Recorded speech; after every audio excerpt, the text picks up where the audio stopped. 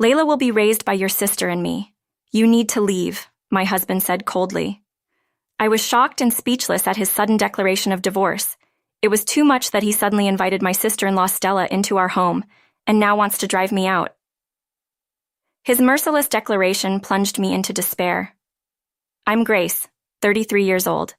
I live with my husband and our daughter.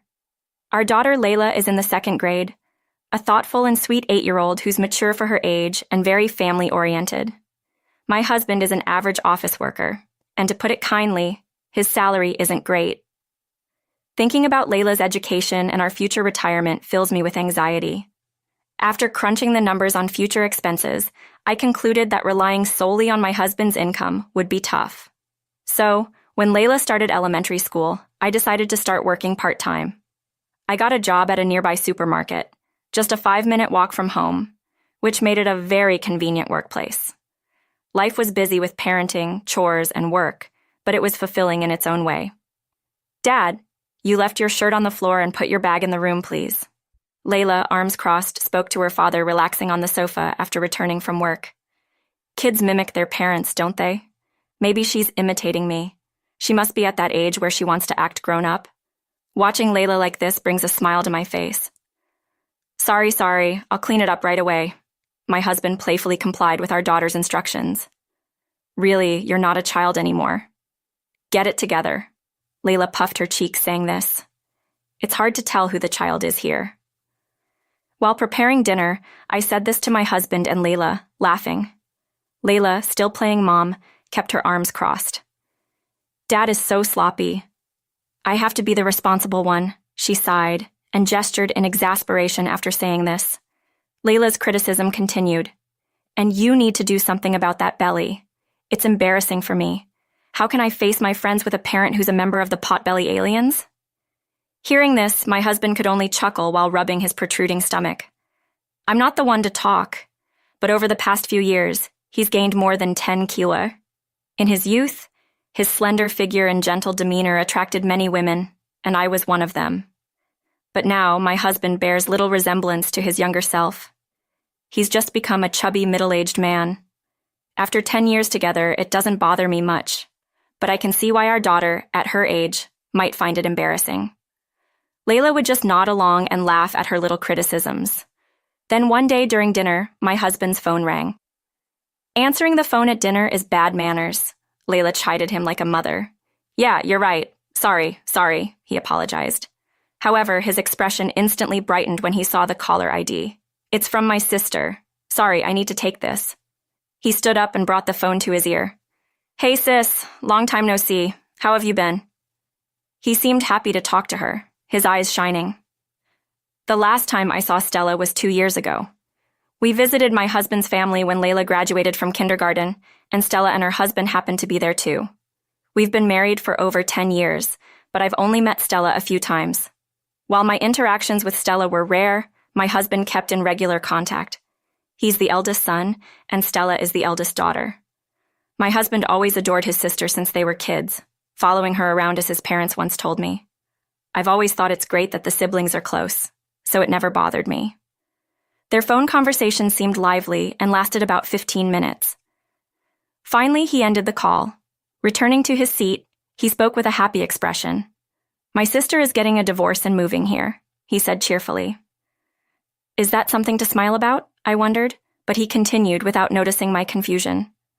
She's moving here to Boston. Hearing this, I was puzzled. Stella lives in Anchorage while we're in Boston. If she were moving to Seattle, where our parents live, I'd understand. But why Boston? So, she'll be staying with us for a while. I hope that's okay, he said. Staying here isn't living with us? I asked, seeking clarification. Of course, she can't find a place right away, and she's going through a tough time. Layla likes her aunt, right? He turned to Layla. I love Aunt Stella. Layla beamed. Given the circumstances, I couldn't object. The decision was made, and Stella was set to stay with us. A week later, I returned from my part-time job to the sound of laughter inside. Layla, you're doing great. Stella was patting Layla's head in the living room. Stella, long time no see, I greeted her. Grace, finally home, huh? You're late. Despite the long time apart, Stella treated me coldly. I was busy and couldn't leave work early, I replied, slightly annoyed after her reprimand. Layla's hungry, so hurry up with dinner, she demanded. Such audacity for someone staying as a guest. I was frustrated but had to start prepping dinner since I was late. Since that day, Stella's stay at our house began. She talked about her divorce, but her reasons seemed forced and unclear. She listed complaints about her husband not doing household chores and being cold, but it felt like she was stretching the truth. My husband didn't seem concerned and was just happy to live with his sister, not mentioning anything about her future plans. 2 weeks passed since Stella arrived, but she showed no interest in finding a new place or job. She mostly lounged around the house. I ended up preparing meals in between work. The only thing she actively did was take care of Layla, which kept me from complaining. When Layla wasn't home, Stella just watched TV or played on her phone. My frustration grew as this lifestyle continued. One night, after Stella and Layla had gone to bed, I confronted my husband. How long do you plan to let Stella stay? Wasn't she supposed to look for her own place? He responded, Why not just let her live here? Layla's fond of her, and it's helpful, isn't it? I couldn't believe what I was hearing. There's a limit even for one's own sister. I couldn't fathom letting Stella, who neither worked nor did housework, stay indefinitely. It's not helpful at all. It's just stressful.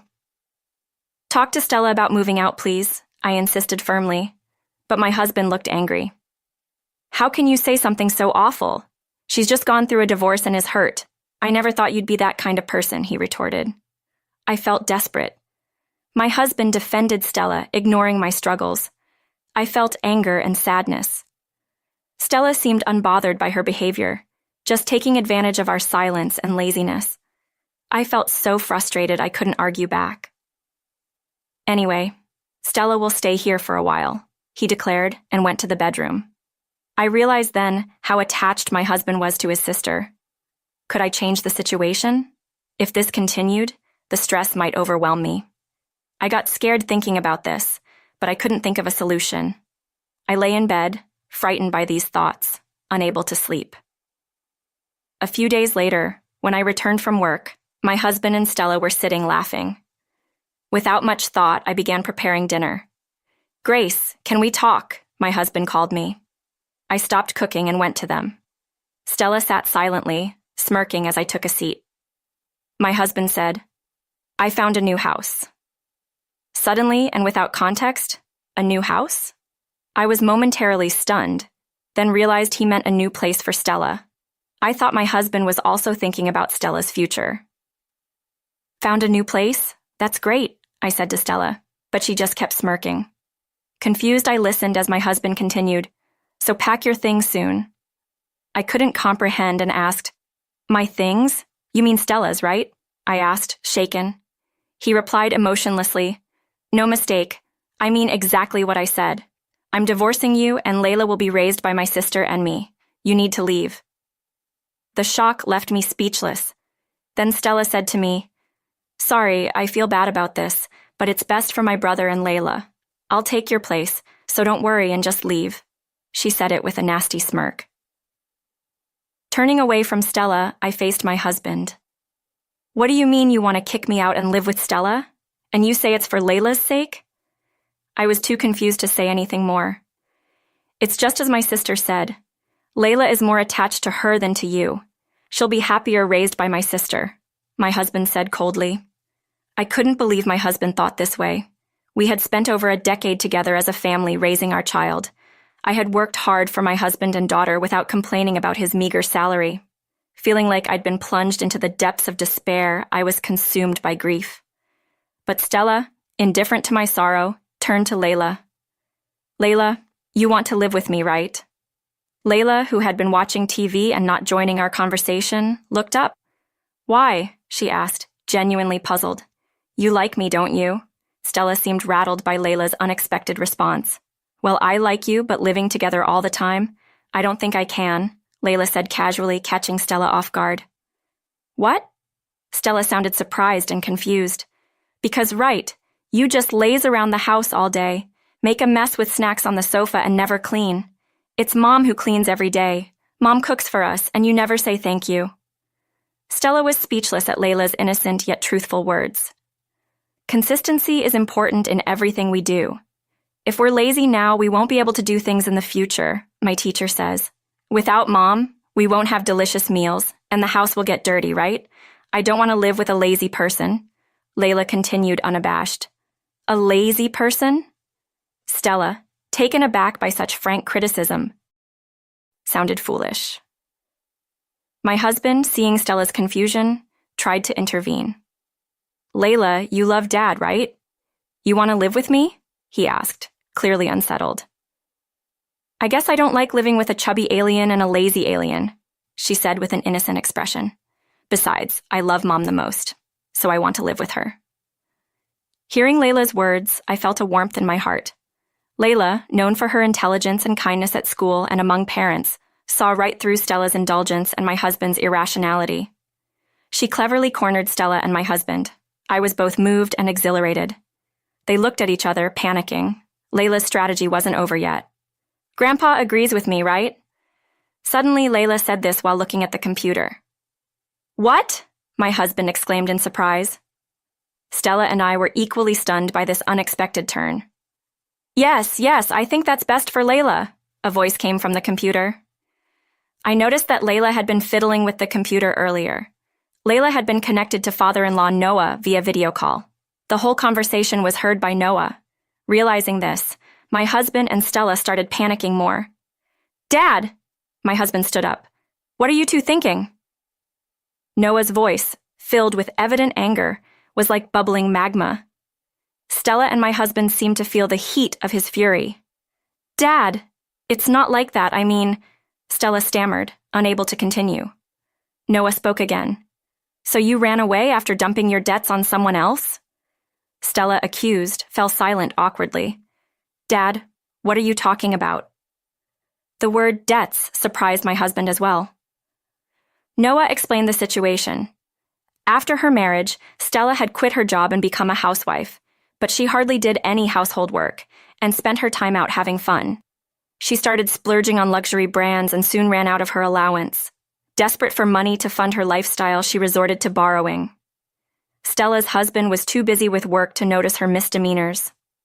When the debts made life difficult, Stella fabricated reasons for a divorce, dumped the debts on her husband, and came to our house. She had fled, playing the victim. She even intended to have the divorce court fees paid for her. Stella's husband contacted Noah, revealing everything. My husband was unaware of these facts. My sister, what's this about a debt? That's nothing like what you told me. I helped you thinking you were pitiable and needed money for the divorce court. What are we going to do now? My husband turned on Stella despite his prior help. I was astounded by their irresponsibility. Enough of this. Noah's anger erupted at their selfishness. I'm coming there. Be ready, he declared, and the call ended. My husband and Stella looked pale with fear. What do we do now? Dad's coming and probably my husband too.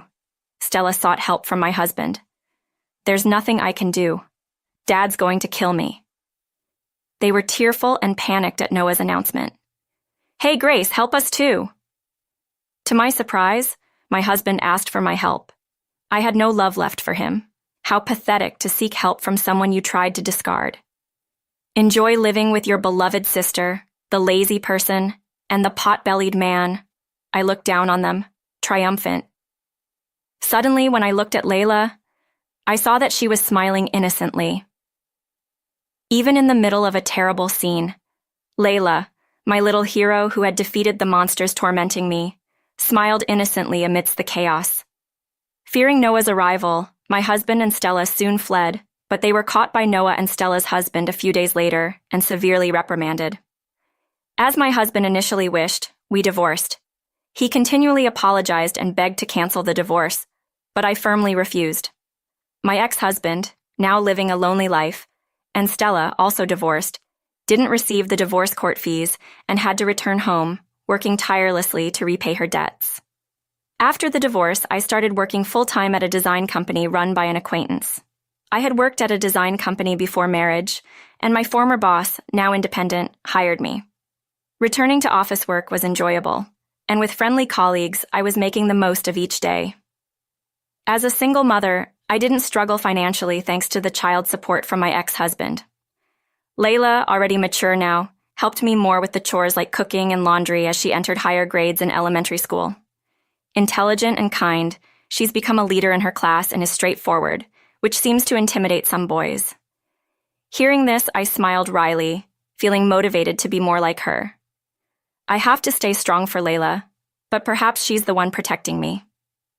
Determined not to be called a hopeless person by Layla, I looked up at the blue sky, ready for another day at